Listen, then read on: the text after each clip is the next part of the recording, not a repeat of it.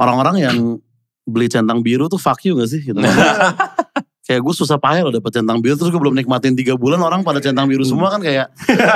Iya. Tolonglah Meta gitu, kayak bedain dong mana yang beli mana yang rasanya asli gitu. jadi gak spesial lagi.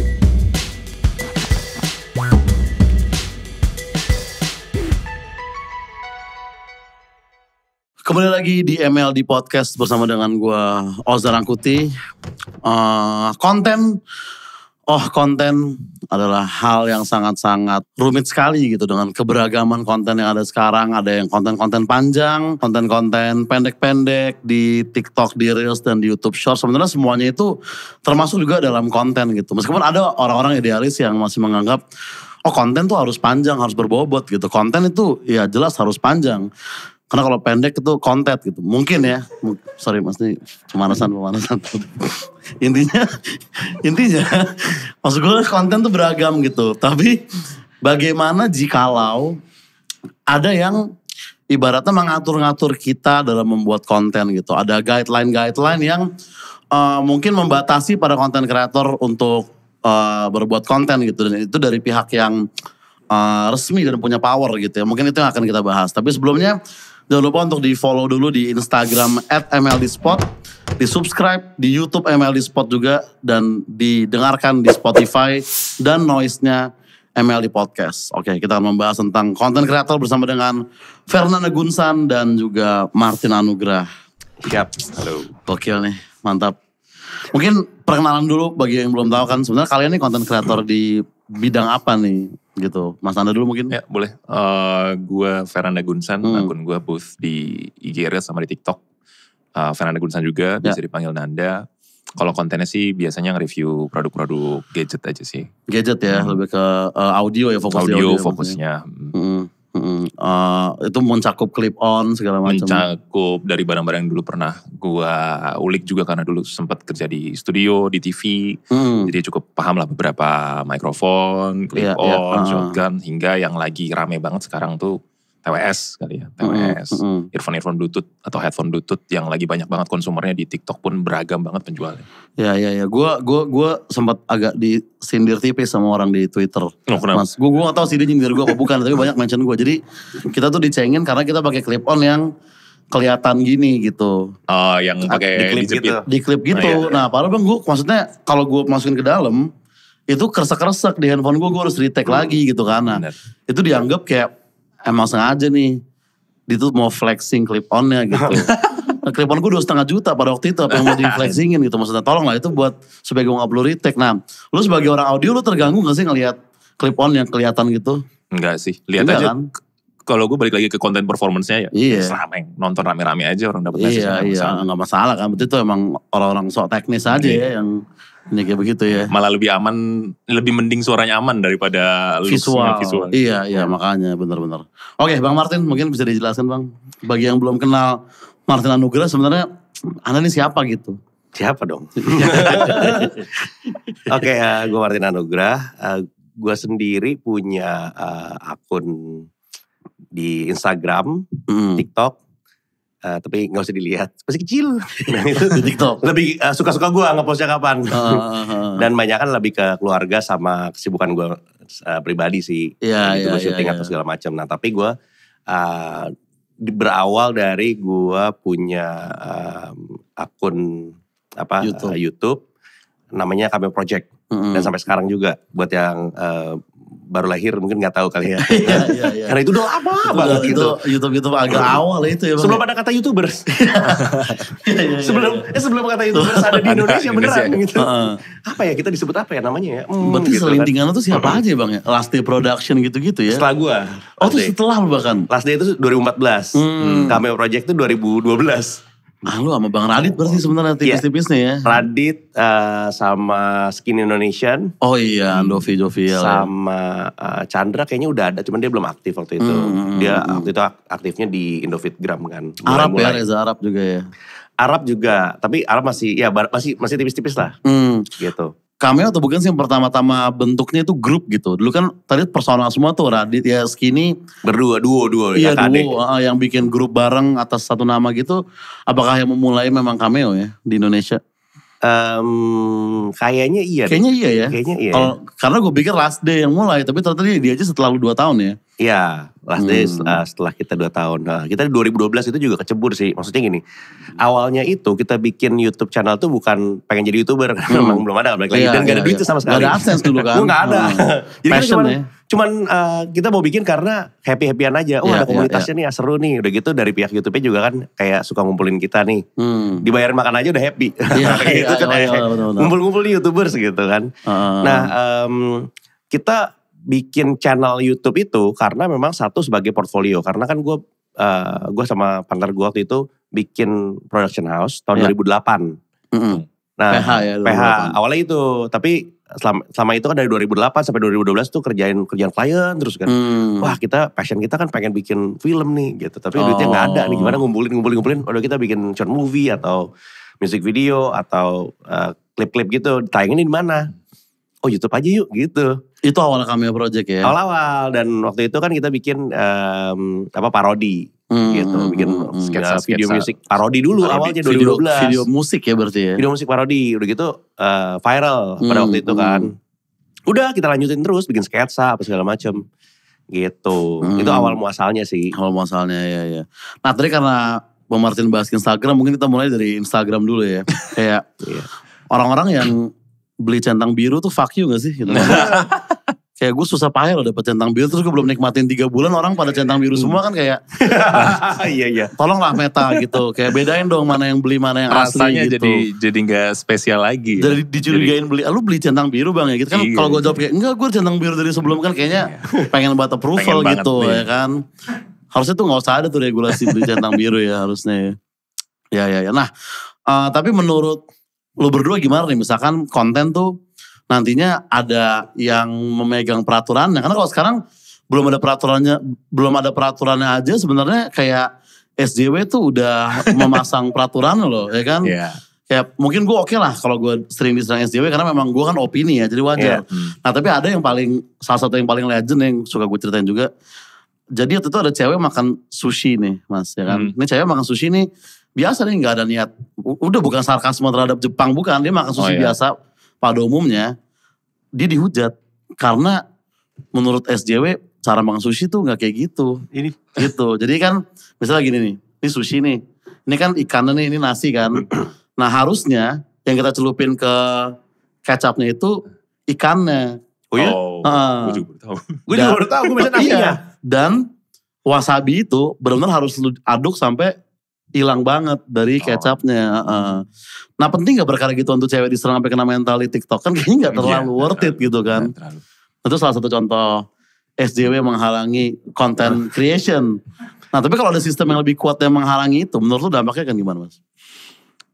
Menurut gue sekarang tuh pertama dari sistem sosial medianya dulu ya. Dari pengalaman gue kerja juga sebagai Creator Growth Development Manager di TikTok dulu. Itu tuh memang sekarang sistemnya adalah kalau dulu sosial media dipakainya kita ketemu teman lama. Betul. Kalau misalnya orang tua dulu punya Facebook biar mereka bisa connect lagi sama kawan SMA dan lain sebagainya. Jadi sekarang itu lu lebih mudah didiscover sama orang yang lu justru gak kenal. Yang bukan temen lu. Jadinya terlalu banyak video, terlalu banyak konten atau postingan yang sebenarnya gue gak butuh pendapat lu nih. Tapi lu jadi bisa masuk aja ke gue gitu. Itu algoritma ya. Gara-gara itu jadinya ya terlalu banyak orang yang dihujat terus gampang banget aja kayaknya sekarang ngasih opini, mau dia temen lu mau bukan, apapun yang muncul gue komen aja. Chance-nya jadi lebih tinggi dibanding kalau sosial media zaman dulu.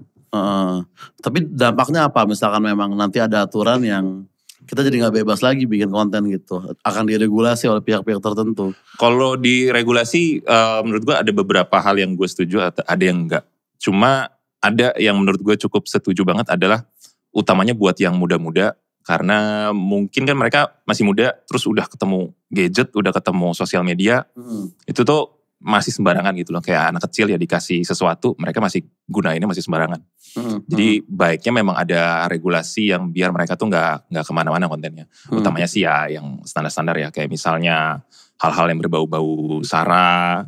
Terus mungkin yang bersifat terlalu keterbukaan dari tubuh.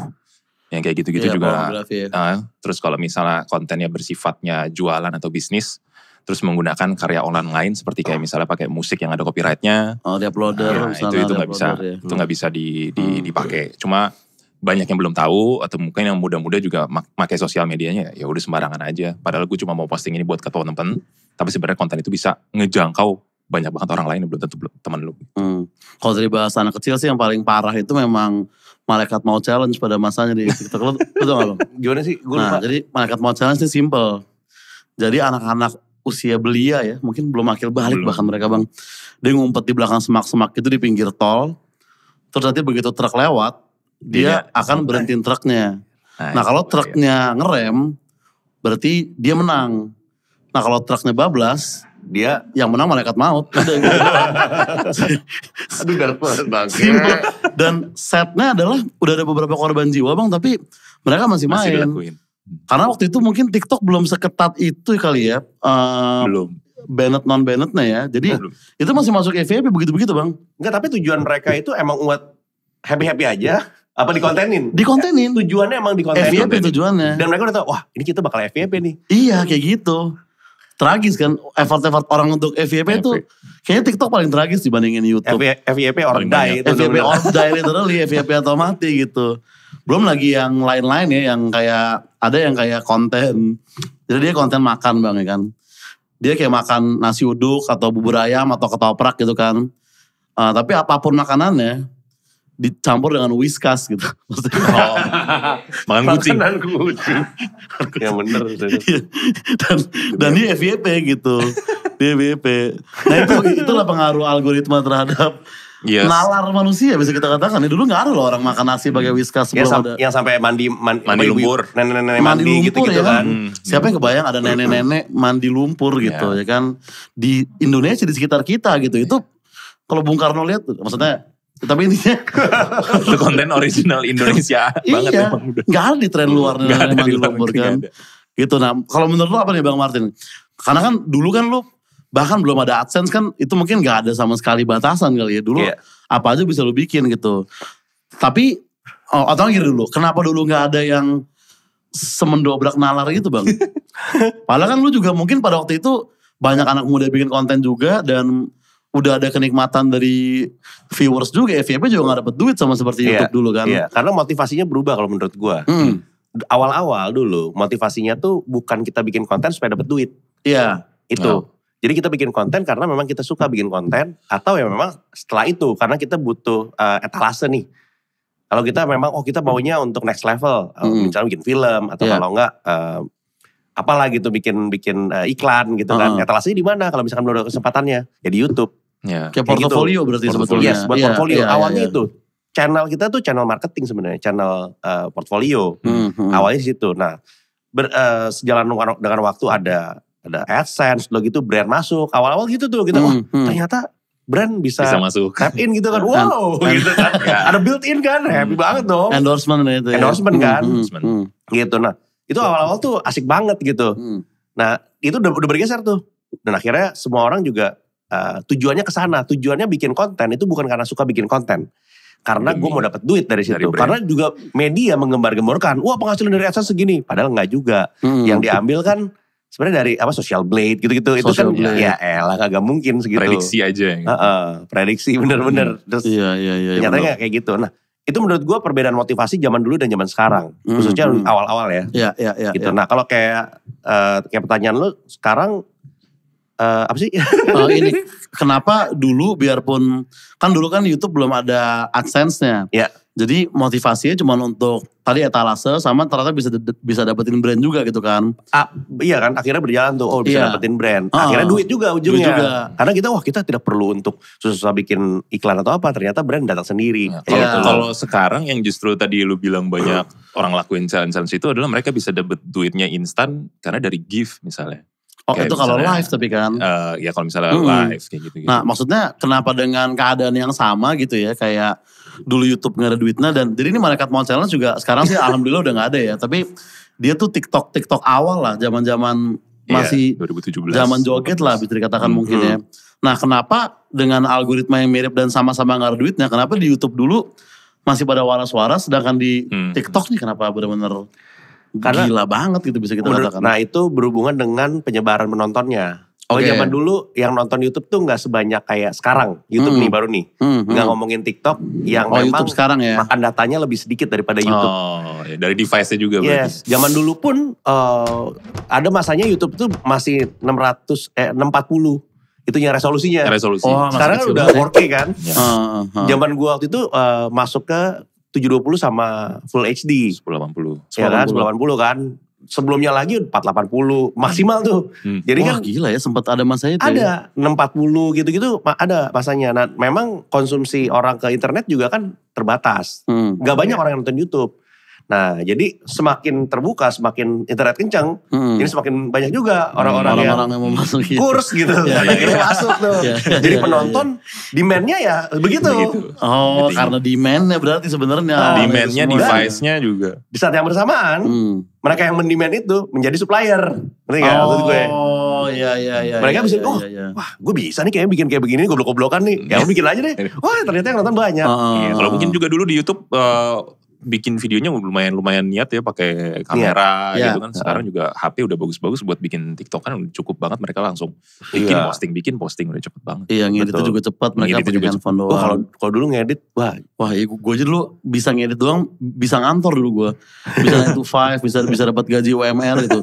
Sekarang gue rasa kalau gue bisa ngedit doang kayaknya mendingan gue iniin orang-orang ABG CapCut lebih cepet pasti ngedit. Iya bener. Transisinya lebih aneh-aneh, lebih canggih kan. Nggak bayar license lagi. Iya, bayar license. Dia ada template-templatenya kan, CapCut kan. Dulu gue pikir anjir nih di masking satu-satu sama dia nih canggih bener. Transisinya kan. Iya makanya. Gimana ya gue bisa bikin. CapCut juga udah integrated emang bawaan dari TikTok kan, satu company ByteDance. Jadi kalau ada tren ganti baju yang transisinya gimana, dia udah siapin di CapCut. Dia udah siapin di CapCut. Tapi Bang Martin dan Mas Dana nge-scroll TikTok. Nge-scroll. Nah normal FYP sehat ya? FYP sehat sih sobat. Normal. Kalau dulu sih mungkin memang masih ya namanya aplikasi baru ya. Masih market maunya gimana. Cuma sekarang udah interest base dan itu interest base-nya bisa berganti. Jadi kalau gue lagi suka bola ya udah gue isinya bola semua. Nanti ketika gue ditayangin lagi FYP gue isinya masih bola, terus gue lagi gue skip tuh bola-bola, ditayangin lagi dulu gue sukanya apa. Iya yang lama-lama. Yang lama-lama ditayangin lagi sampai ketemu gue sekarang lagi suka masakan, ya udah konten gue nanti FYP-nya masakan. Nah gue tadi mungkin karena gue sering mengkomentari yang aneh-aneh gitu, jadi kadang FYP juga ngasih gue yang gak bener juga kelakuan orang-orang TikTok gitu kan. Aneh-aneh banget, selain 2 tadi masih banyak lagi sebenarnya tren-tren TikTok yang sebenarnya astagfirullah kalau kita lihat gitu ya. Nah tapi itu kan gak akan terjadi misalkan yang tadi kita bahas di awal bahwa content creation ini ada regulasinya kan gitu. Nah jadi menurut kalian apa sih best case skenario dari regulasi ini dan worst case-nya juga gitu? Oke. Kalau dari gue best case skenario-nya adalah ya ngefilter orang-orang yang belum terlalu dewasa amat untuk konten ya. Itu bisa biar mereka belajar juga lah, ngerti. Dan di TikTok juga kan sebenarnya kalau di TikTok dapat notifikasinya kenapa kalau konten kita di take down atau apa. Jadi mereka bisa belajar, dapat informasi, ternyata gue gak boleh konten seperti ini gitu. Kalau kontranya ya mungkin jadi kebebasan berkontennya jadi berkurang. Mungkin itu aja sih. Makanya sulit juga ya sebenarnya. Menurut gimana Bang Martin tuh kalau misalnya ada regulasi itu? Ya kalau gue sih sebenarnya sama best case-nya, jadi gue gak perlu ulang. Tapi menurut gue kalau worst case-nya ya memang kita tetap harus ada gini, kita orang kreatif ya. Content creator tuh udah pasti kita aja udah judulnya content creators. Kalau lu mengaku diri lu content creators, mau apapun platformnya, peraturannya kayak gimana pun lu pasti bisa untuk fleksibel kalau menurut gua. Nah kayak ngomong tadi, konten tuh apa sih? Konten mulai dari ya kayak gitu, video, foto, gambar, tulisan, audio, itu konten semua tuh. Iya betul. Ya kan? Nah, jadi apapun regulasinya lu masih bisa adjust sebetulnya. Memang yang paling rese adalah kalau kita udah bikin, terus tiba-tiba algoritmanya tidak berpihak pada kita. Algoritmanya berpihak kepada pemilik regulasi misalkan. Misalnya. Gitu. Atau kalau enggak brand-brand yang masuk udah digawangin dulu misal. Atau kalau enggak kita nggak bisa pakai apa istilahnya pengkutipan-kutipan yang memang dari media yang memang sudah terafiliasi gitu loh. Karena itu salah satu poinnya.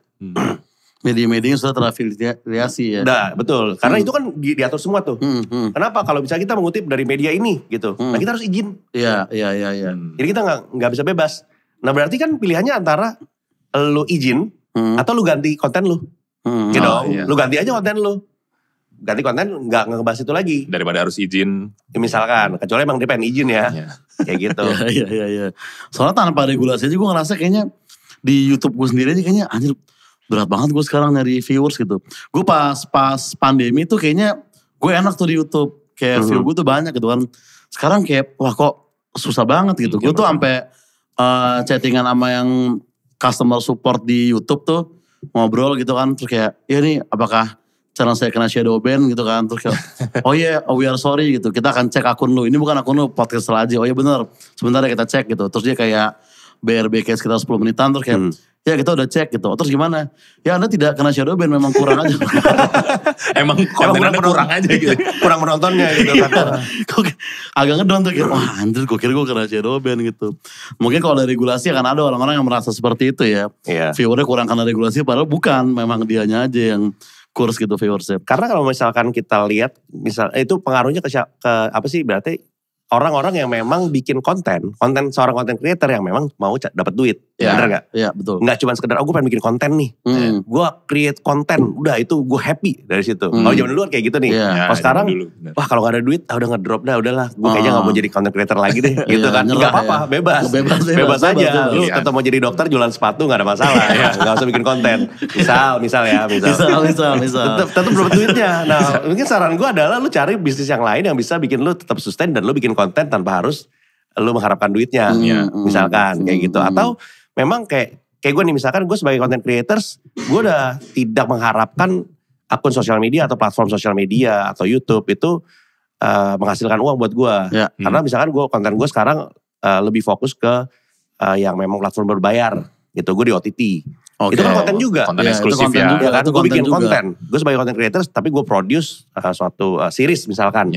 Nah itu salah satu, gue gak bilang jenjang sih. Tapi kalau lu punya passion di situ, lu bisa pursue itu. Iya sih ya. Sebenarnya. Karena kan source of income-nya gak cuma dari YouTube atau apa, gak dari situ doang. Bukan dari sosial medianya. Betul. Sama kayak dulu kan, kita ganti regulasi yang mengakibatkan pemasukan berkurang itu udah sering. Contohnya di musik nih. Zaman dulu ingat gak lo, ada RBT.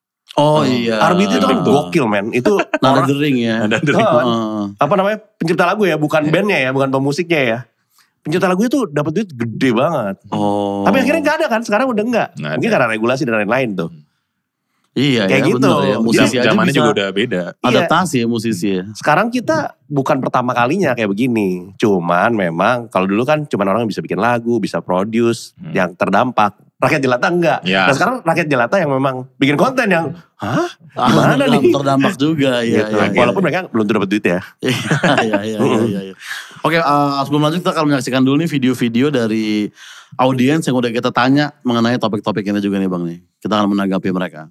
Lo kalau mau makan, di post dulu nggak? Jarang kalau makan di foto atau di post dulu. Makanannya enak dan bagus, kadang foto. Tergantung makannya di mana juga sih. Berapa banyak konten Instagram atau TikTok yang lo buat dalam sehari? Paling di Instagram itu kali sih sehari, dan itu untuk any occasion aja. Kalau story mungkin bisa sehari sekali, tapi kalau TikTok jarang sih, lebih ke nonton doang. Satu deh. Tahu nggak kalau akan ada aturan detail soal content creating? Tahu sih, sempat baca di Twitter gitu. Taunya paling tidak boleh yang ada unsur sara, pornografi untuk content creator ya. Pengen nggak monetize akun atau konten lo? Enggak sih, kalau di monetize jadi ya itu banyak batasan-batasan dalam nge-create gitu, jadi nggak fun lagi aja sih. Pengen banget kalau konten bisa jadi duit, kenapa nggak? Misal aturannya disahkan, masih pengen nggak jadi content creator? Tetap pengen sih, terlepas dari aturannya sih, selagi itu fun tetap boleh ya. Kayaknya masih possible sih untuk konten yang pengen gue buat. Oke, nah sebelum kita merespon, kita mengingatkan untuk memfollow Instagram @MLDspot,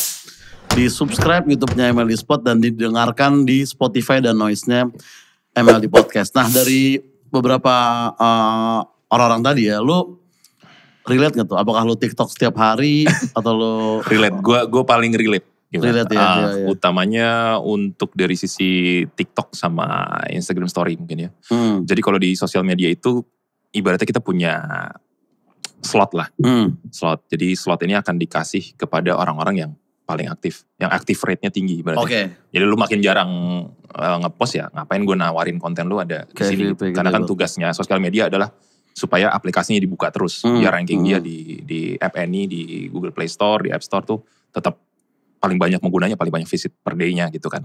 Jadi makanya kalau lu rajin, ya lu gue tayangin gitu. Kayak apa ya, kalau band manggung, setahun ada banyak festival, ada 3 panggung, lu gak manggung di sini, lu gue tawarin 3 panggung, tapi 3 panggung ini lu tolak 2, ya lu gue gantiin sama band yang lain gitu. Oh iya, make sense. Active rate-nya tinggi, maka lu bakal dikasih chance-nya juga tinggi. Makanya sekarang banyak content creator yang gak cuma konten 2 kali seminggu mungkin, tapi diiringi sama live streaming. Oh gitu. Ya kalau di TikTok ya biar dia, karena TikTok kan sistemnya dia user awam dulu, baru ditayangin ke follower. Jadi follower sebenarnya gak terlalu matters. Jadi kalau misalnya lu tuh gampang di-discover banget sama orang yang belum follow lu. Iya. Jadi dari kontennya aja lu udah gampang dicapai sama orang lain. Terus lu live, lu di-discover sama banyak orang lain yang belum tentu follow lu. Itu jatuhnya jadi free boost buat akun lu lah, profile visit lu gitu. Active rate. Berarti memang harus mencari perhatiannya ke orang awam, bukan ke followers kita ya. Bener, jadi kalau konten lu terlalu, misalnya gue review produk tuh gue hampir gak pernah review produk A, B, C, D, E sesuai. Kalau YouTube kan keyword base, SEO base ya. Kalau misalnya, gue review produk atau TWS dari brand A tipe 1, terus gue review produk B tipe 2 gitu. Gue gak pernah review kayak itu. Tapi gue cari yang awamnya. Ini earphone Bluetooth yang mikrofonnya bagus buat meeting gitu. Nah, nanti semua orang jadi bisa relate tuh. Semua orang bisa relate. Kalau gue bahasnya TWS aja, lu tau gak TWS apa kepanjangan? Enggak tahu. Nggak tahu kan, True Wireless Stereo. Jadi True Wireless Stereo. Iya, earphone Bluetooth sebenarnya. Jadi makanya biasanya gue biar relate sama orang-orang yang mungkin awam sama earphone Bluetooth, ya gue ngomongnya headset Bluetooth, earphone Bluetooth, headphone wireless gitu. Makanya konten series yang terlalu berkronologis tuh kurang works di TikTok kan. Iya. Oh itu lu bikin hanya untuk di TikTok atau lu bikin juga untuk platform lain? Gua mirroring antara TikTok sama Reels sebenarnya. Sama Reels. Oke. YouTube Shorts? YouTube Shorts itu sebenarnya pengen kalau konten gue di bawah 1 menit, gue repost juga di Shorts. Cuma kalau di TikTok sama di Instagram Reels kan dia bisa up to 1 menit 30 detik ya. Iya. Kalau kita mau nyampein sesuatu, pengennya detail tapi waktunya cuma semenit, itu susah banget. Shorts tuh sama kayak TikTok gak tapi sistemnya? Dia dari orang awam juga gak? Atau dari follow subscriber dulu? Enggak, dari orang awam juga. Orang awam juga ya? Iya sama sebetulnya. Scrolling. Lu masih ngepost di TikTok Bang Martin? Gue by default ya, jujur gue by default gue bukan orang sosial media. Jadi gue tuh kayak jarang banget tuh yang kayak foto-foto atau ngepost gitu. Gue biasa repost. Kalau ada yang nge-tag gue repost. Atau kalau gak ada yang lucu gue repost. Nah jadi gue sendiri pun masih untuk mendorong diri gue buat ngepost. Kenapa? Karena ada manfaatnya. Tapi gue tuh emang bukan naturally gue emang suka untuk posting-posting gitu. Betul. Nah tapi lebih ke kreatifnya ya. Iya gue suka bikinnya. Makanya gue larinya ke long form. OTT tadi ya kan. Jadi KBU juga kan awalnya juga kayak short movie lah, music video. Karena gue suka bikinnya. Waktu gue post, ya udah gue post biarkan itu jalan sendiri. Nah kayak misalkan orang, wah cepet banget ngepost. Anjir gue belum ritmenya tuh belum sefasih itu ya. Gitu loh. Jadi gue harus disiplinin diri gue sendiri gitu loh. Tapi bener harus menurut gue. Ya, memang TikTok tuh agak-agak merubah banyak mindset orang ya dengan algoritma dan Iya, dia banyak gebrakan lah. Pokoknya kalau di TikTok itu dia cepet banget. Gue mau tes sistem kayak gini, ramai apa enggak, kalau berhasil lakuin. Iya. Gue dulu kan sebenarnya gue awalnya tuh podcast audio Bang di Spotify kan gue. Iya. Nah dulu gue Spotify dan IGTV. Nah dulu gue tuh wah seniman gue dulu. Kayak kalau gue suka nih gue bikin. Kalau gue gak suka biarpun lagi tren, gue gak ikutan gitu. Dulu gue begitu. Nah tapi sekarang di TikTok nih, kalau gue bikin terus gak FYP. Kenapa sih? Ada social pressure yang gak sehat gitu sebenarnya. Luar biasa loh TikTok tuh. Ada yang salah ya dengan gue ya kalau misalnya gak rame gitu. Iya, kayak dunia gitu lupa sama gue nih kalau gue nge-FYP 4 hari gitu. Tapi memang di balik ketoksikannya manfaatnya juga banyak banget juga. Jadi love-hate relationship memang antara TikTok dengan TikToker gitu ya menurut gue. Tapi mungkin TikTok itu yang pertama yang gue merasakan melakukan regulasi yang paling ketat mungkin ya dibanding YouTube. Utamanya kalau TikTok itu karena dia social media commerce di bagian commerce. Jadi TikTok itu ada 2. Ada TikTok for vertical sama TikTok shop. Kalau konten lu di vertical ini education and entertainment. Oke. Nah kalau yang TikTok Shop isinya udah retail content creator mau bahas elektronik, beauty, fashion, home and living and food itu top 5 kategorinya lah gitu. Nah kalau konten lu udah ada pasti link produknya, itu bakal banyak banget rules yang diaplikasikan sesuai sama komentarnya itu tadi video yang tadi itu. Kalau dia dimonetisasi banyak banget rules yang diaplikasikan itu memang memang kan ya. Kayak lu nggak boleh pakai lagu yang ada copyrightnya itu karena lu jualan, lu pakai karya orang itu nggak bisa. Lu tidak bisa mengajak orang belanja di luar platform TikTok. Kayak misalnya lu naruh keranjang kuning nih, jualan mikrofon ini gitu misalnya. Cek produknya di bio ya atau di e-commerce. Iya nggak bisa tuh. Nggak bisa. Dan macam-macam, dan gue ngerasa kayaknya beda account tuh beda peraturan gitu kadangnya. Kayak ada yang kayak temen gue sastra tuh dia bikin TikTok di parkiran tuh kehapus videonya karena dianggap bahaya nih, ntar lo bisa ketabrak gitu. Tapi banyak juga yang dia beneran di jalan raya selfie begini aman-aman aja gitu kan. Ya masih banyak yang lolos. Masih banyak yang lolos ya. Nah, kalau dulu tuh gue kerja di Bigo Live, kalau lu tahu aplikasi live streaming itu gue pernah dipanggil KPI. Bukan gue sih maksudnya Bigo Live-nya, cuma gue wakilin nemenin bos gue ke KPI. Kenapa? Jadi ternyata emang ada regulasinya. Kayak konten lu ini banyak banget yang seksi-seksi dan perlu difilter. Jadi dari jumlah video yang mereka udah hitungin mungkin ya, nggak tahu dari sistem mereka gimana. Mereka mutusin untuk lu harus punya tim moderation namanya, yang buat ngefilter video itu manual by human, 24 jam shift-shiftan dengan jumlah karyawan berapa gitu ditentuin sama mereka. Oh berarti Bigo Live dipanggil KPI karena banyak konten seksinya. Waktu itu.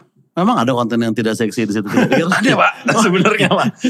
Tapi yang terkenal seksi. Cuma mindsetnya dulu kan gitu kan, terkenalnya kayak gitu. Oh. Ada yang kayak nyanyi-nyanyi lah, sulap. Ada juga sebenarnya gitu, ya. Sebenarnya. Reels juga lumayan ketat sih. Reels lumayan ketat, iya itu lumayan ketat. Gue kemarin baru denger dari Ical Kate. Apa tuh? Ical Kate kan bikin ini kan. Kemarin tuh sempat bikin yang, lu tahu anak kecil Malak ini gak? Mobil gitu. Oh iya. Gitu. Dia bikin tuh, persis sama. Dia bikin, udah 80.000 yang nonton. Udah 4 hari, ini take down sama Reels. Kekerasan. Oh reason kayak gitu. Violation pasti. Dia bilang bang, kayak udah 80.000 lagi. Terus brand lagi. Ya. Oh endorse itu. Sabar cal. Ya berat memang. Berat sih. Tapi kalau misalkan regulasi ini dilakukan, konten seperti apa yang akan tewas duluan menurut Bang Martin? Kalau gue lihat dari itunya adalah berhubungan dengan news. Oh iya, berita ya. Dengan news, ya. Pertama yang paling riskan itu news sebenarnya. Berarti reaction atau opini tentang news juga akan tewas duluan ya? Iya, karena kan satu, lu harus menampilkan sumber berita. Iya. Dan sumber berita itu punya copyrightnya. Oh iya benar.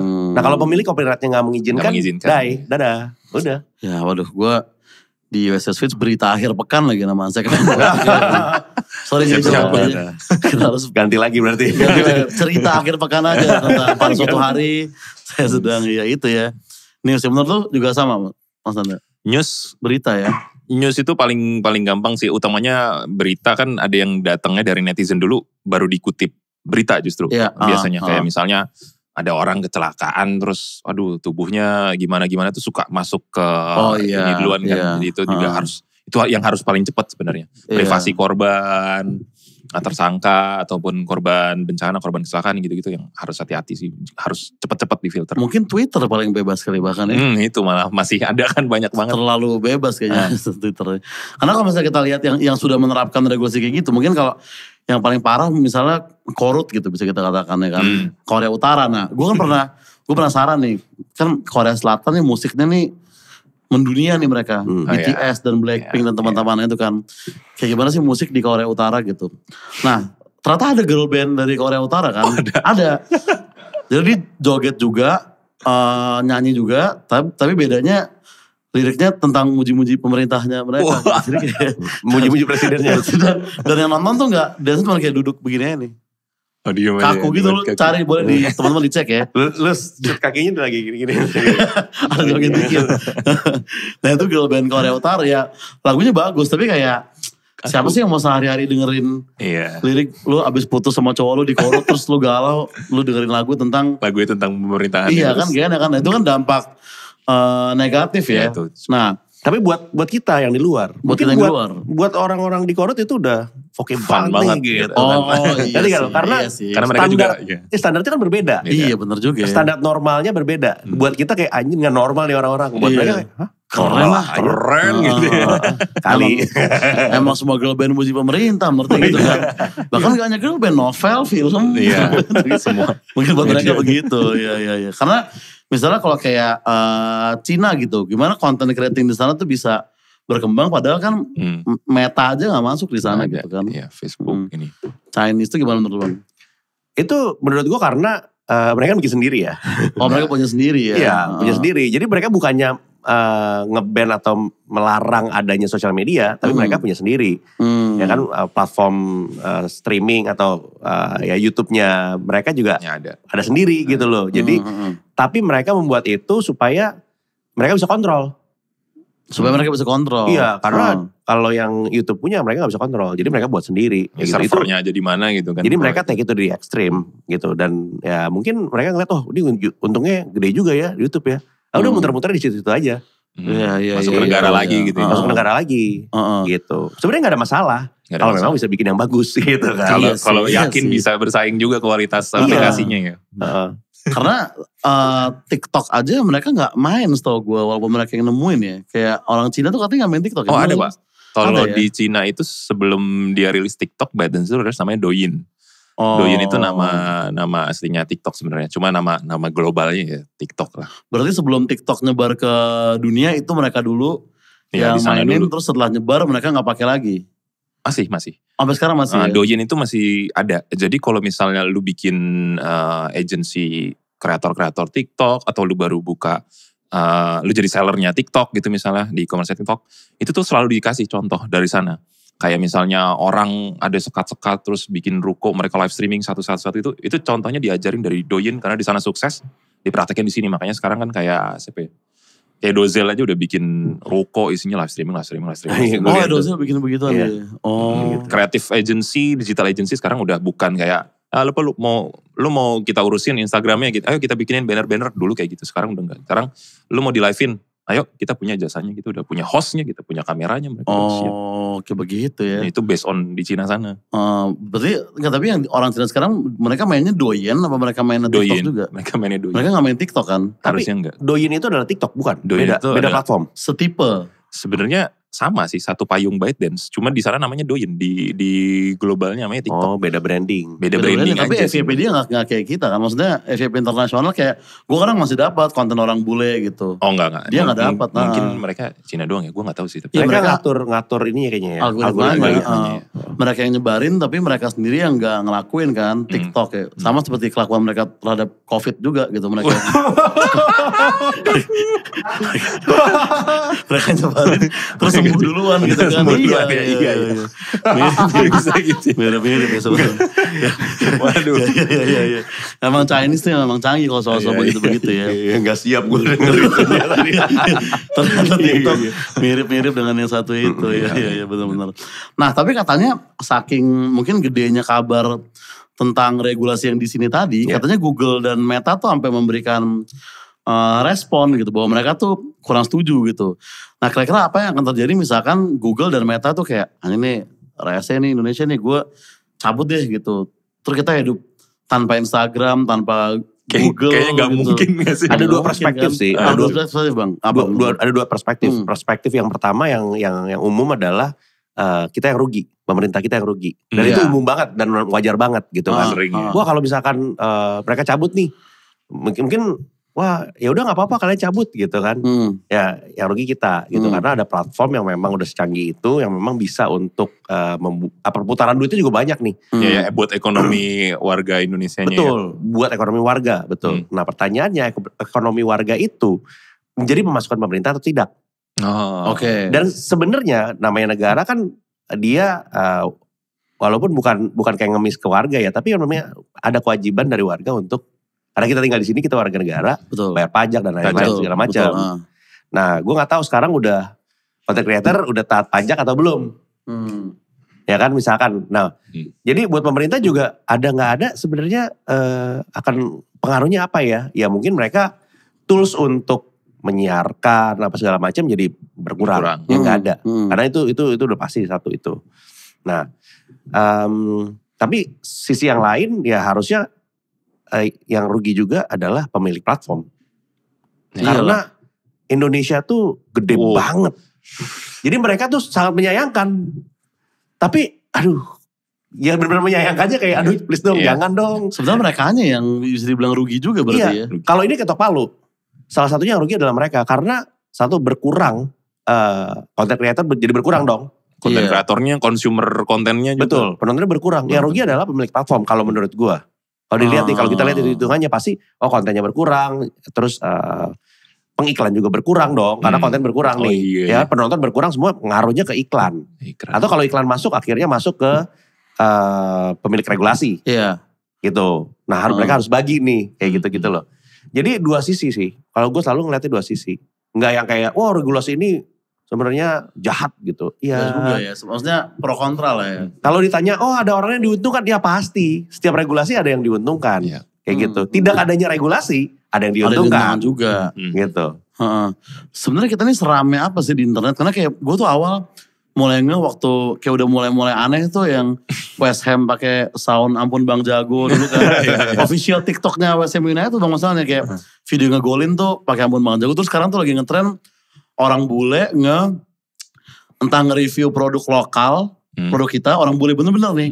Atau orang bule mengkomentari kasus di Indonesia. Karena itu katanya datengin traffic dia tuh tinggi banget. Tinggi gitu. Banyak sih tapi emang kayak nge-react. Ada band Indonesia yang punya lagu ini, ada yang dengerin. Iya, dan contoh ketiga yang gue jadi waktu itu ada kayak cowok ganteng dari Thailand gitu kan. Dia nih pangeran gitu di sana. Terus kayak mungkin dipuji-puji kayak mungkin cewek-cewek di sini memuji siapa Nicholas Saputra misalnya. Nah orang Indonesia tuh cewek-ceweknya tuh seneng lah sama si pangeran Thailand ini. Kayak komen-komen tuh ya rahim kok anget bla bla bla gitu-gitu. Dan pakai bahasa Indonesia di IG orang Thailand bang. Nah suatu hari, ini kan pangeran Thailand kan juga ya dia laki-laki juga pada umumnya. Akhirnya dia pacaran sama orang dan dia tunangan. Nah orang Thailand nih kayak congrats tuh orang Thailand. Nah orang sini ngata-ngatain si cewek itu. Sampai dia kena mental health dan dia gak mau main sosmed lagi sampai sekarang gitu. Gila gara-gara pangerannya udah mau nikah sama itu. Itu dari netizen kita nih. Padahal pangerannya Thailand. Pangeran Thailand kayak sawadikap kata dia gitu kayak. Kenapa nih istri gue dihina-hina oleh orang ini. Emang berarti gitu. pengaruh user sosial media Indonesia emang tinggi banget. Emang kita rame banget di internet bang. Parah kita ya. Iya gue gak ngerti sih. Iya kan bisa karena gak ada gitu kerjaannya kan? ya. Maksud gue kenapa bisa seaktif itu dan serame itu maksud gue. Gue aja kalau misalkan ada sesuatu yang wah lagi rame nih gitu sekitar 3 jam yang lalu di post. Komennya udah banyak banget. Udah banyak. Udah gitu yang kemarin yang tadi lah gue baru lihat. Pemain Vietnam yang nyikut gitu kan. Vietnam ya. Gue lihat nih udah wah gue langsung stalking ininya dong akunnya. Udah dihujat. Udah di private. udah kena mental nih. Udah kena mental. Padahal gue cuma nyikut doang gitu kata dia. Dalam hati dia mungkin paling kayaknya ada 30 orang yang pernah gue sikut. Kenapa cuma ini doang yang bikin gue dihujat gitu kan. Itu tuh. Dan kalau gak salah Microsoft atau siapa ya.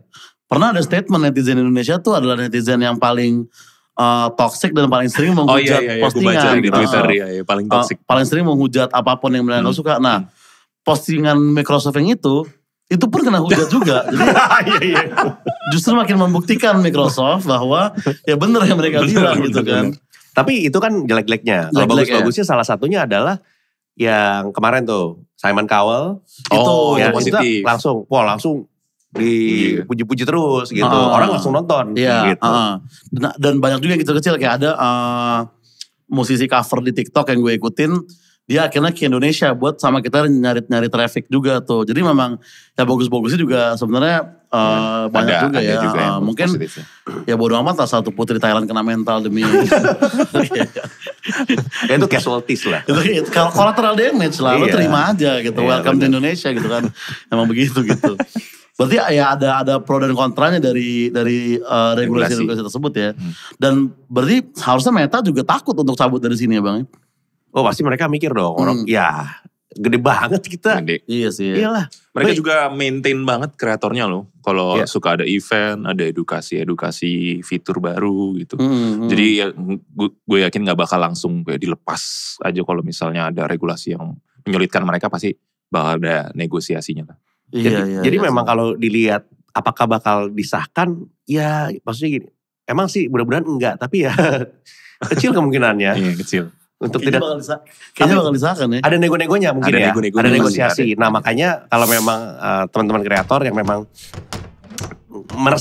melihat ini meresahkan ya harus pick up aja gitu loh. Kan maksudnya gini, ini kan perlu dipandang lah ininya suara dari masyarakat gitu loh. Kalau menurut gue ya gitu loh.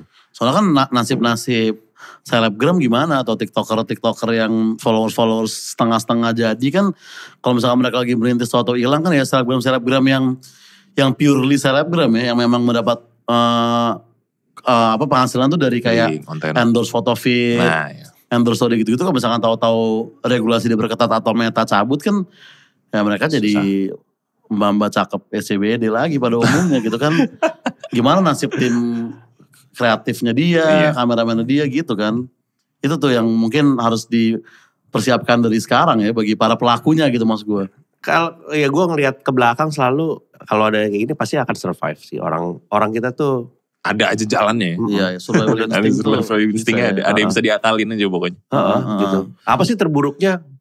Ya kasarnya apa sih terburuknya ya palingan bad investment atau kalau enggak kecuali lu pinjol ya. Gue udah bangun studio nih gitu. Ternyata Meta cabut. Salah sendiri kalau itu ya kenapa pinjol ya benar-benar. Ya sih pasti akan survive dari regulasi, survive dari algoritma juga ya. Paling tidak survive-nya ya dari truk-truk tadi ya, mereka agak susah. Itu agak sulit. Nah, iya itu. Udah ada yang berkorban. Udah gak bisa survive. Iya makanya. Mohon maaf. Maksudnya karena gak semuanya juga sampai kayak begitu gitu. Banyak yang selamat dan banyak yang menang juga. Banyak yang menang juga dari ada yang menang juga. Walaupun pas dilihat viewersnya 12.000 kurang worth it. Terus kenapa gak joget Bang Jago aja gitu. Mungkin sampai jutaan gitu kan. Lebih aman gitu kan. Nah tapi ini kan udah berlaku di TV dulu sebenarnya gitu. Karena di TV itu juga dulu gak seketat sekarang Bang Martin. Atau misalnya sebenarnya sama aturan TV. Kalau nanya gue kayak gue tua banget di TV. Ya memang sih gue nonton waktu TVRI doang. Belum ada tuh. Peralihan dari TVRI doang ke RCTI ya itu gue udah ada. Waktu gue lahir. Gue udah ada RCTI soal dulu gitu. Nah apakah di TV aturannya jalan dan apakah mereka survive itu? Maksudnya apakah sebenarnya yang kita takutkan sekarang itu udah pernah terjadi di TV gitu? Ininya banyak ya elemennya gitu, variabelnya banyak banget kalau TV juga sebenarnya. Tapi sudah ada apa ya istilahnya institusinya udah jelas. Ada KPI, ya itu kan untuk tayangan-tayangan. Ada untuk duit, misalkan rating Nielsen. Udah jelas itunya. Sedangkan kalau misalkan patokannya di sosial media hanya dari platform, ya kan. Penontonnya berapa, likes-nya berapa, itu aja tuh tolak ukur untuk orang lihat kan gitu. Itu pun diatur oleh platformnya sendiri. Ya. Oke. Itu diatur dari algoritma gitu. Kalau zaman dulu nih, otomatis kalau yang udah subscribe channelnya Cameo Project, kita ngepost apa, udah pasti mereka lihat, dapat notifikasi. Kalau sekarang enggak. Iya, padahal subscriber kita sendiri ya. Betul. Masih dapat rekomendasi video lain ya. Sebenarnya gue kalau ngomongin ini jadi kayak, ya udah regulasinya disahkan aja gitu kan. Persetan gitu kan. Tidak peduli karena tidak asik gitu kan. Saya udah di OTT saya. Gitu. Misalkan ya, tapi ya kalau maksud gue kalau ditanya balik lagi ya ke TV ya. Kalau TV itu kan udah jelas nih, tinggal play along aja, lo ikutin cara mainnya. Sedangkan kalau di YouTube ya orang yang main banyak, kepentingannya itu sebenarnya udah banyak banget, gitu kan. Kalau TV sama sosial media ada bedanya gede banget. Kalau TV ya paling berapa channel, mungkin 20 channel, mereka kreatornya ya cuma 20, karena kan media yang create tayangannya. Kalau sosial media kan user generated, semua warga bisa konten, makanya perlu regulasi yang sesuai juga aja sih. Betul, makanya yang diregulasi bukan orangnya, platformnya. Platform yang diregulasi sebenarnya, orangnya yang harus survive ya. Iya, maksudnya regulasi itu kan bukan berarti gue mau ngonten, gue udah edit di CapCut, mau upload, waiting for approval from government kan, gak mungkin gitu juga. Lama kan gak gitu. Tapi lebih kepada community guideline. Iya, community guideline. Dari platform sosial media. Nah selain tadi konten berita ya, itu yang mungkin jelas lah, itu yang akan mungkin kena dampaknya pertama kan. Tapi gimana kalau konten-konten yang memang purely tidak bermanfaat gitu. Misalnya kayak intro akad 10 jam siapa yang perlu sebenarnya gitu. Kayak orang akad pun gak perlu itu gitu bahkan ya kan. Bengong 2 jam ya. Bengong 2 jam gak ngapa-ngapain gitu. Nah itu apakah mereka akan tewas juga atau justru nah ini yang kita approve. Tergantung kepentingan. Tapi konten gitu aman sih, gak bakal kenapa-apa. Iya sih. Tergantung kepentingan ya. Kalau misalkan ada berita-berita yang tidak mau diangkat tapi kayaknya ini aja yang diangkat. Mari kita gerakan itu. Viral. Gitu kan. Mengalihkan ini ya. Nggak tahu. Kan nggak tahu kepentingannya siapa. Iya. Nah kalau misalkan nasib-nasib kreator gaming yang simulator bis antar kota tuh yang live streaming di TikTok kan. Itu kan monetizingnya kan lumayan gede gitu. Apa dia harus ya beralih jadi bawa bis yang asli gitu. Bis beneran ya. Gue gak pernah dapet itu ya. Itu gimana sih di TikTok ya? Kayaknya awal Facebook. Ada Facebook. Ada di Facebook. Apalagi zaman-zaman mau mudik lebaran. Jadi dia nemenin kan waktu pandemi ya. Nemenin kayak teman-teman nih yang gak bisa mudik. Ayo kita mudik virtual. Jadi dari Jakarta ke Medan bawa bus. Dan itu real time bang. Dia emang 6 jam bener-bener di situ. 3 hari. Gitu. Apa memang dia supir bus? Enggak, dia simulasi. Dia di rumah. Tapi dia main game nyupir bus dan dia pakai stylannya juga bis juga. Bis banget. Kutang pakai anduk gitu-gitu. Lagu-lagunya juga lagu-lagu daerah Padang, Medan. Gitu. Berikut sama dia berhenti di Pujasera. Ada simulasi mapnya itu udah kayak mendekati Sumatera banget jalurnya. Itu sebenarnya justru kalau kita pikir-pikir agak ada manfaatnya ya. Orang jadi lebih positif lah. Lebih positif dibanding tadi intro akad. Gitu kan. Iya, seenggaknya nggak membahayakan nyawa lu betul, kan. Betul. Iya. Dan menemani orang yang nggak bisa mudik bener juga. Gue gak mikir situ dari itu. Itu mungkin malah masih bisa terselamatkan ya. Iya. Mungkin tapi nanti merek busnya diatur atau diregulasi ya kita gak ada yang tahu. Cuman agak miris ya kalau gue kalau pakai akal sehat ya. Maksudnya untuk orang yang suka nontonin gitu apalagi dia nontonin real time. Maksudnya agak seru. Kenapa gak ada yang lain dilakukan gitu maksud gue. Gitu kayak emang gak ada hal yang lebih bermanfaat gitu untuk hidup lu selain nontonin itu gitu maksud gue. Emang live TikTok Indonesia memang ada universe yang beda. Gotham City pun gak kepikiran. Orang-orang seperti itu ya. Mandi lumpur tadi, ngupas cangkang telur kan. Tidur di kamar mandi gitu. Benar-benar tanpa konsep dan kayak tanpa alasan gitu. Terus kayak orang tidur di kamar biasa tapi di belakangnya kayak sosok ada pocong gitu. Dan dia gak akan jump scare kita atau ngomong. Dia hanya diem kayak gitu untuk kayak 3 jam doang. Dan orang ngasih gift gitu. Orang dapat duit dengan bikin kayak gitu kan. Ya siapa lagi mau bikin web series kalau kayak gitu dapat duit. Maksudnya kan itu aja udah membungkam loh sebenarnya. Gak usah ada regulasi. Antara kreator aja tuh saling ini gitu ya baratnya. Nah tapi kalau tadi dari platformnya ya, yang Bang Martin bilang gitu. Apakah platformnya akan jadi mendapatkan kerugian juga atau malah jadi semakin baik bagi kalau kita sebagai pemilik platform gitu? Platform itu kan sebenarnya semakin banyak traffic.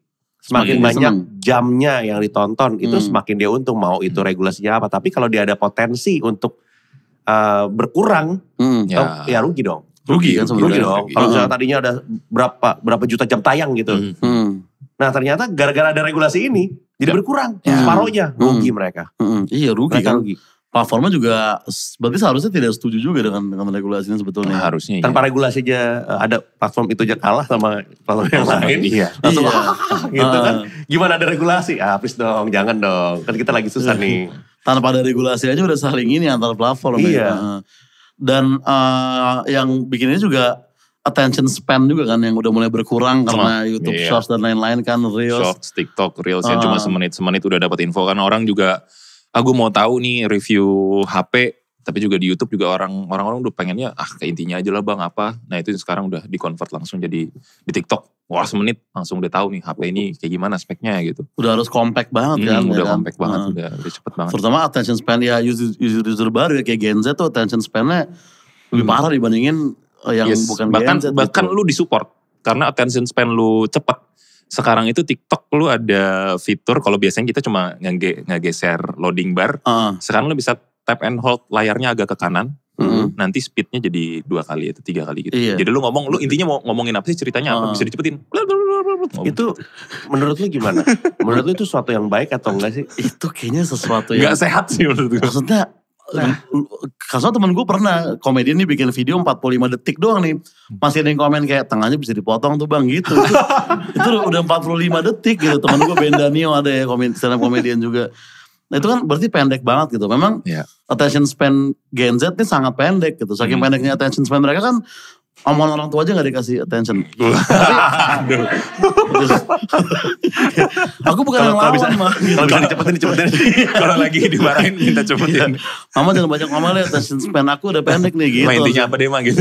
Sebenarnya dari kalimat yang ini ke yang ini kan bisa dipotong. Gitu kan. Langsung aja. Makin kena marah. Berbahaya tuh. Karena katanya yang, ini gue juga baca penelitiannya. Pembaca buku tuh berkurang. Terus film tuh orang... Film-film Netflix tuh jadi nyari hook di awal gitu ya ibaratnya. Itu karena attention span-nya pendek ya. Nah resiko jangka panjangnya apa ya dari attention span ini? Lebih ke, kalau dari segi platform dan kontennya sih menurut gua gak ada masalah ya. Gak ada masalah ya? Gak ada masalah, cuma kalau dari kesehatan si usernya aja. Jadi kayak terlalu pengen apa-apa pengennya praktis, apa-apa pengennya cepet gitu.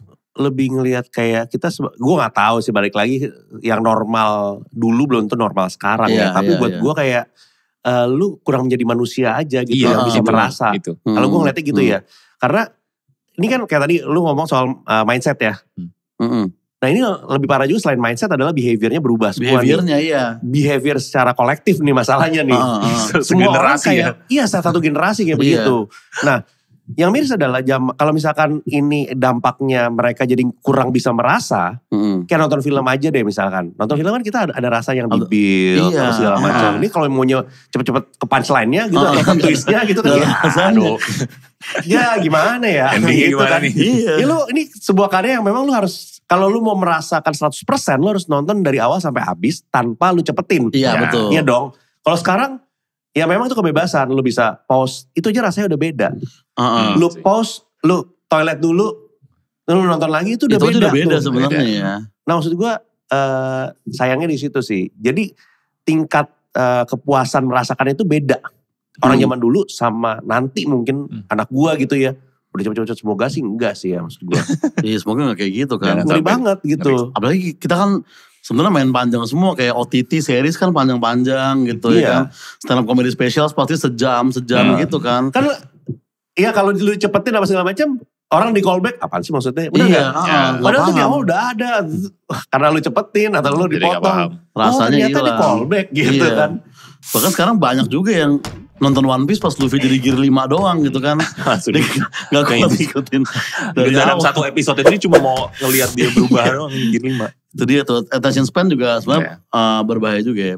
Nah tapi misalkan regulasi ini jadi terus konten-konten orang tuh cenderung jadi seragam semua gitu. Seperti yang terjadi di Korea Utara tadi. Mungkin kalau mereka udah terbiasa dengan kayak begitu. Tapi kalau kita kan udah merasakan yang beragam nih. Kalau tahu-tahu jadi kayak gitu kan kaget. Pasti ada dampaknya juga ke kita gitu. Nah itu kira-kira apa ya dampaknya? Apa kita jadi merasa flat gitu?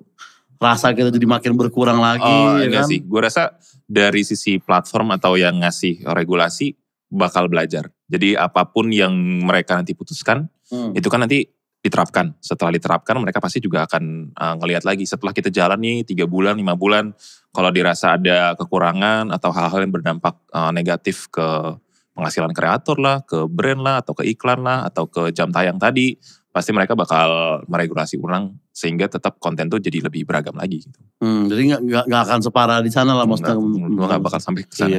Gue gak ngerasa bakal kayak gila ada kiamat nih gitu kan. Enggak ya. Gak akan sebrutal itu lah ya regulasi yang akan datang ini harusnya ya. Masih bisa ya orang kitanya aja yang harus adapt dari adapt aja bener. Ya. Nah kita mengingatkan lagi untuk memfollow di Instagram @mldspot. Subscribe YouTube MLD Spot dan juga dengarkan di Spotify dan Noise MLD Podcast. Nah, Bang Martin dan Mas Nandani, kira-kira apa saran yang pengen kita kasih kalau kita didengar oleh orang-orang yang ingin membuat regulasi ini gitu? Apa yang mau kita sampaikan, yang kita titipkan gitu ke mereka? Misalnya kayak apa ya?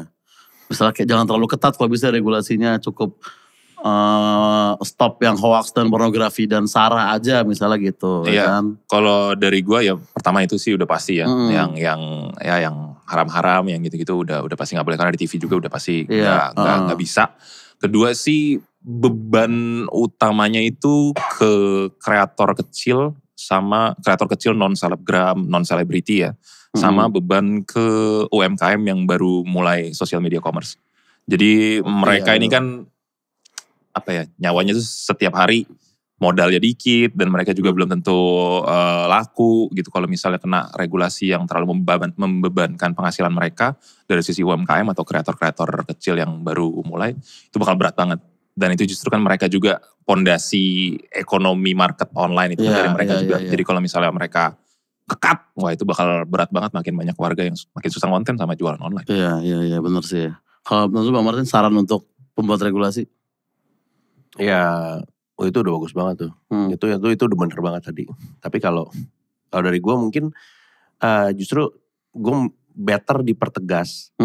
Diperjelas nih. Jadi kita gak abu-abu kan, banyak tuh undang-undang abu-abu kan. Jadi kita mau gerak ini, kena gak ya? Terus udah kejebur. Nah, poin-poinnya ya. Itu yang berdasarkan sejarah sih begitu ya. Maksudnya. Jadi diperjelas aja poin-poinnya. Jadi kita bisa, karena kita gak ada pilihan lain dong sebenarnya. Sebagai warga negara. Kita kan cuma nerima, ngikutin aja. Cuman diperjelas dan juga ya andai kata Anda pembuat regulasi memihak pada para punya kepentingan, ya tolong dibalance lah. Maksudnya kan kita punya kan ini stakeholder semua. Betul. Maksudnya gini, masyarakat juga stakeholder kan. Gitu. Jadi perlu dibalance gitu. Mana yang menguntungkan para pemilik kepentingan ya gak apa-apa, ya wajar gitu loh. Nah tapi untuk masyarakat, apalagi misalkan kayak yang tadi tuh UMKM dan lain-lain, kreator-kreator baru, ya harus ini juga dipikirkan juga. Sebenarnya kayak gitu. Iya bener ya. Bener sih tuh, enak tuh kalau sama kayak tadi peraturan TikTok tadi kan. Kalau tegas tuh enak gitu, mana yang boleh, mana yang enggak. Ada tahu informasinya kan. Langsung kapok kan ya. Maksudnya kita gak akan bikin kayak gitu lagi nih. Iya, tapi kadang kita gak tahu terus baru setelah kita udah bikin, udah repot-repot ternyata itu gak boleh, baru di banned gitu kan. Biasanya itu yang menyulitkan sebetulnya ya. Karena misalkan pornografi dilarang gitu. Mungkin sekitar gue gak ada yang terbebani gitu. Konten kekerasan dilarang. Itu juga aman-aman aja gitu kan. Tapi kalau SARA dilarang gitu, kayak beberapa teman kita mungkin gak tahu mau ngapain lagi. Terus kayak teman-teman saya di manajemen saya mau ngapain lagi misalkan. Kalau SARA, abang-abangan saya fokus ke bebek gitu kan. Iya, agak sulit loh maksudnya. Susah itu. Berarti mungkin ada batasnya, pornografi gak boleh, tapi tank top masih oke misalkan gitu. Jadi jelas dan saklek ya gitu ya kan. Poin-poinnya harus jelas gitu ya. Oke, nah ini pertanyaan terakhir. Misalnya memang udah jadi regulasinya dan platformnya juga udah setuju dan tegas seperti yang tadi Bang Martin bilang. Jadi udah jelas nih mana yang boleh mana yang enggak. Nah, apa yang bisa kita lakukan untuk industri kreatif gitu kasarnya misalnya? Ya, kalau regulasi udah berjalan itu sebenarnya pengumumannya kan nggak cuma dari sosial medianya atau mungkin dari pemerintah atau siapapun yang bikin regulasi, tapi pasti akan ada ya di setiap sosial media platform, baik itu di YouTube, di Instagram maupun di TikTok, akan ada lagi nih sosial media guru lah ibaratnya. Oh iya, selalu mereka, ada sih. Mereka yang selalu ada yang kayak, sih. Ini nih sekarang tuh TikTok ramenya bagusnya begini nih, gak bolehnya begini nih. Bikin video di bawah 1 menit itu udah gak works lagi, yuk bikin videonya di atas 1 menit. Pasti bakal ada sesama sosial media spesialisnya lah yang mungkin bakal ngasih ide-ide juga ke konten kreator yang lainnya, sehingga mereka tetap bisa survive apapun regulasinya. Gitu. Iya sih ya, itu ya. Menurut lu Bang Martin? Kalau gue sih, gue gak tahu ya, ada pemahaman setiap orang bisa jadi content creators. Ada kayak gitu. Oh, setiap orang bisa deh, lu bisa jadi content creators. Tapi menurut gue gak semua orang itu adalah content creators. Jadi jangan dipaksain. Oh iya benar. Banyak gue ketemu orang-orang tuh, bang gue kalau misalkan gue bikin konten mulai dari mana ya? Pertama lu suka dulu gak bikin konten? Ya lu pengen gak bikin konten? Kalau pengen nikmatin ya? Enggak usah, mending lu bercocok tanam atau gimana. Lebih ada manfaatnya gitu kan. Mendingan lu bikin konten tapi gak ada yang nonton terus lu sedih gitu. Jadi menurut gue kalau memang lu punya kesukaan itu, ya lu bikin manapun juga lu akan bisa survive gitu loh. Mau nanti ada sosial media baru setelah TikTok juga pasti harusnya dia tetap survive. Bisa. Pasti bisa. Entah seperti apa lagi tuh bentuknya yang setelah TikTok ini ya. Mungkin hologram atau apa lagi. Atau pasti mungkin itu feeling gue main antara 10 sampai 15 gitu kayaknya itu nanti kita tuh. Lebih short lagi. Kayak apa Vines dulu kan. Oh balik lagi dong ke 15 detik. Gitu, ada yang 5 detik bukan sih? Vines tuh 8 kalau gak salah. 8. 5 detik gue gak tahu kalau platform, tapi dulu ada apa 5 seconds films ya kalau gak salah account ya di luar ya. Channel YouTube atau apa gitu. Film 5 detik gitu.